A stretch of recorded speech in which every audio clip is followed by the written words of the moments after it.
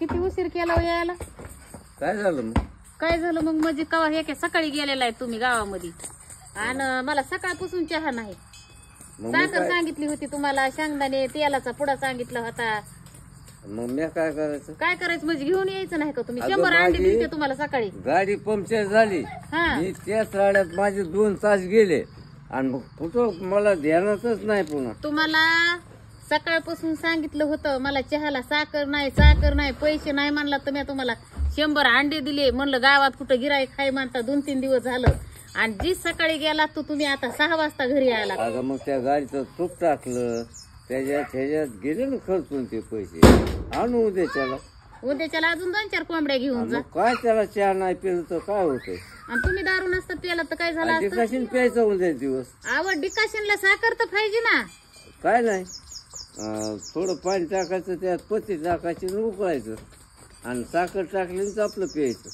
साखर टाकल्यावर प्यायचं, पत्ती टाकून प्यायचं, पण तुमच्या दारूला नका खाडं पडून देऊ. नाही तर एक काम कर, कावळीचे मळे आहेत आपल्या रानात, ते आणायचं, ते टाकायचे. मला तुम्ही शाळा शिकवू नका. नंबर 1 लागतो. ते कावळीच्या मुळे आणि कुठं काय आहे, तुम्ही दारू कोण प्याला? कोण पेलय? दारू प्यालात नाही तर काय झालं? अजिबात नाही. कवा पेल्याला दिसलो का मी? आता तर आलात अशा उड्या मारीत, केवढे मोठे पैसे तिकडून, गाडी पंक्चर झाली, पेट्रोल संपलं, कुठं काय झालं. तुला दिसलो का मी पिऊन आलेलो? किलोच्या ऐवजी तुम्हाला अर्धा किलो का व्हायना साखर घेऊन यायचं ना. हाय का रानात घर आहे का दार आहे? तुम्हाला सगळं ध्यानात राहतं. पण मी सांगितलेलं सामानच तुम्हाला सामाईन, मी सांगितलेली वस्तू आयुष्यकडीला आलं पण तुम्ही ती टायमाला आणली नाही. आणि मी सांगितलेल्या वस्तूचं तुम्हाला जिंदगीत कवा ध्यान राहील? अगं कोणतं गोष्ट लक्षात ठेवायचं? काय काय काय तुमच्या मागं? तुझं बघू का त्या सामानाचं बघू का कायचं बघू?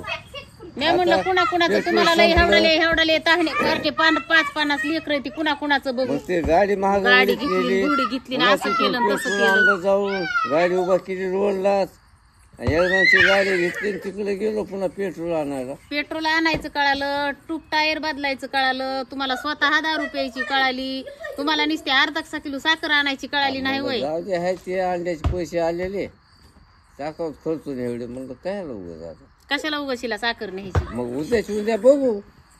काय उद्याची उद्या बघायचं? अगं उद्या साखरपत्तीचं काय ग? मला चहा प्यायचा होता व. तुला उद्या सगळं आणतो, किलोभर साखर, किलोचा पुडा, काय पाहिजे तेवढं आणतो सामान. आहेत का पैसे आजचे ठुले? आजचे पैसे का आपल्या कोंबड्या काय लायचं? तुम्ही त्या कोंबड्याचाच काटा काढाय बसला. त्या कोंबड्या संपले पुन्हा काय डाका मारतान का काय चोरी करतान काय कोंबड्याचं सगळं सामान आणतो मी. जे आज केलंय तेच उद्या बी करणार आहे तुम्ही. नाही उद्या नाही. तुमची चाल मला सगळी बाजार आहे, बाजार दिवसात लागल ना सामान. काय नाही कवा बाजार दिवशी तुम्हाला बाजार कळाला नाही, तुम्हाला कवा सणवार कळाला नाही, तुम्हाला कोणतंच काही कळालं नाही. कोंबड्या महाग असतात. माझा वाघ मोठा झाला ना मला सगळं घेऊन येईन. आणची ना बाबा, बडी आहे ना अशी. बर बर बर.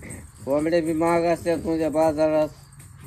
म्हणजे तुम्ही जाणून बुजून आजचे पैसे आज खर्चून टाकले ना, उद्याच्या आशेवर बसलात. उद्या कोंबड्या बाजारात न्यायच्या आणि कोंबड्याच बाजारात नेल्यावर अंडे कुठून निघते ना?